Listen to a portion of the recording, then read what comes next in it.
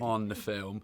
I'm going to get this out of the way. Daniel, I love We Bare Bears. Shout out to an ex of mine who introduced me to the show. We're still friends, you know? Good. What has the journey been like from We Bare Bears to now directing a Pixar feature film? I definitely don't. I look back on it now, and I definitely think I could not have made this movie without experience of making bears. Because when you make a TV show, you have to produce a lot constantly. We made 140 episodes and a TV movie, and we're working so fast. You get to be a very good decision maker, and you get to know your taste very quickly. And those are skills that are very useful coming into Pixar and making a giant movie. The tricky thing is obviously we're making one thing as opposed to producing like episodes. But you still have to make decisions constantly. You got to work with a giant team, which is, training on the TV show, like taught me how to work with a small team. So it's just like you got all these reps in, creative reps in, and I was able to carry that into this movie. It is a huge honor to get to make a movie at Pixar. My God, it's like it's like such a privilege, and something getting to work with the most talented people like in this industry is unbelievable. And you get to work at a studio where CG animation in a lot of ways it was birthed there. At least full movies.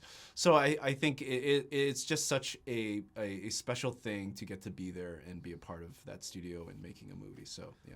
I just want to reiterate, the TV show was like boot camp for him. So he came in. We couldn't have made a film as enormous and complex as this if Daniel didn't have that experience and could make decisions quickly. I think people often ask, how did you fit something this big into your budget and schedule? And it's because Daniel knew how to move like this. And the thing that's really empowering and what I love about Hoppers is how much you see your kind of particular brand and style within the film. So what was that like, kind of taking your individuality and putting it into a massive Pixar production? It took a minute, actually, when we were doing our reels. I think, it was a different sensibility, and some folks in the studio didn't quite know what to make of it. I think the shark scene, for instance, spoiler alert, was something that people didn't understand, some people at the studio. And then there were others, there was I will just say, a younger group of people who just loved it, and I realized at that point, this is a different sensibility that needs to be protected and supported, and it grew on everyone. So, that's what it was like for me, is just supporting and protecting this thing that was new and different. I think and you've mentioned this quite a few times, and I definitely agree with it, that Pixar can be a very logic-based place. I mean, it's a very intellectual space, you got these very smart filmmakers, and they're making films that, have a lot of heavy gravity to them. And I think there is sometimes a tendency to be very logical about things. And which I understand, and it's a big movie, so it has to have a lot of rules, to make people kind of understand and get on board with it and ground it. And I feel like I never come from that place. For me, it's just like, it's like, how crazy can we get? How far to the line can we go? And so I think that that was a big kind of trial for us, is to how do you kind of bridge that gap, and how do I make this fit in that world? And I think we definitely tested the studio a lot in terms of how far they would be willing to go. And but I think ultimately, maybe the good thing is it took us time to make this movie, because we were able to find that sweet spot where logic can exist with a flying shark. Yeah. I mean, I didn't want to spoil it, but it's out there now, Flying Sharks, because I wanted to talk about that, because that had me absolutely howling and just thinking, you really do push the boat out. But was there anything in the early days that you had an idea for, okay, this is maybe a little bit too far? That's all we did was go far. I mean, we constantly are pushing as crazy as we can get, and then seeing because that's the only way you can really generate the best ideas, is you throw everything out there and then you call back. Specifics, though. I'm just going to say it was all defined by narrative momentum. Okay. I'm not remembering anything in particular. I think that there's stuff that's spoilers, that went too far just in terms of the, audience experience that we had to pull back. Yeah. But not for logic. It was really just about narrative momentum. That's how we made our choices. There was a lot of stuff where we would have too much fun when wandering around, and the editor would say, nope, They got to pare it down and move forward. We were parodying. We thought not parodying, but we were referencing a lot of like Mission Impossible, spy thriller, James Bond things. So we imagined this movie early on was going to be a globe-trotting thing where they were going to go all around the world, like a Mission Impossible movie. And it became untenable to write that story. It was too big, way too big. So we had to localize it and then make that world huge. It wasn't emotionally compelling either. Yeah, like you needed to be rooted in a particular place with a particular character who had history there, and that's why it all changed. Yeah. And talk about emotion. It's a classic Pixar film. I was laughing, I was crying, holding back tears in the screening. But something that's really amazing with Hoppers is it has such an urgent message about activism and community and exploring quite a big, complicated topic, but making it palatable for particularly like younger audiences and general audiences. How on earth do you manage that?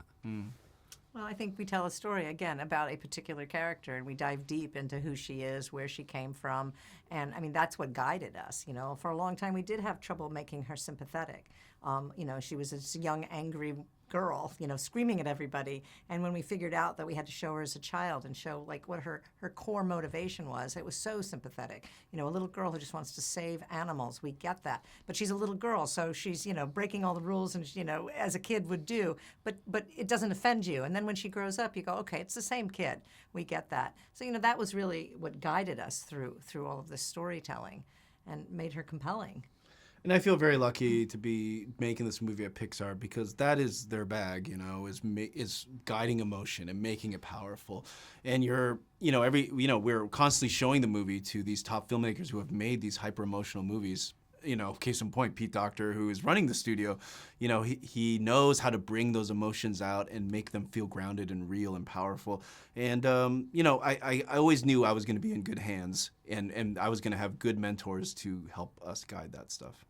And usually when there's kind of big animated projects like this that focus on animals, you always hear stories about how families are like adopting rats after seeing Ratatouille, or there was it Zootopia 2, and now suddenly everybody's adopting snakes.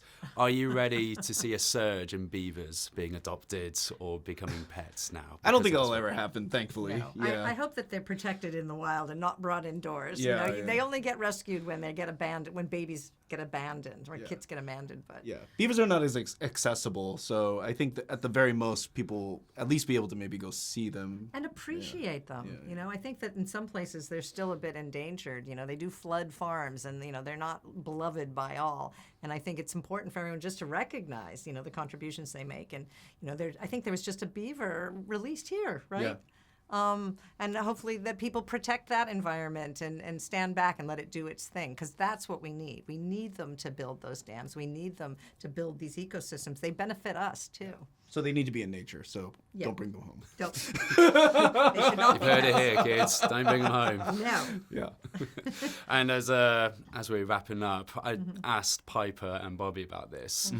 I'm sure you've probably been asked before, but what animal would you hop into? They gave some crazy answers. Yeah. What are we doing today? Today I will go, I don't know, snail? That would be interesting. Oh man, that'd be frustrating though. Just going from place to place, but so slow. Yeah, maybe that'd be maybe it's interesting, how yeah. you're feeling today. A little Yeah. tired. Sorry, and I'll wake up. But yeah, I'll go snail You're gonna go snail. for no reason. I'm gonna go hawk. Oh. I just love their power and their majesty and flying right now. It feels really. You want to leave? I just want to be. I think I just want to be Fly away. up in the air alone. I think we're both giving off our vibes right now.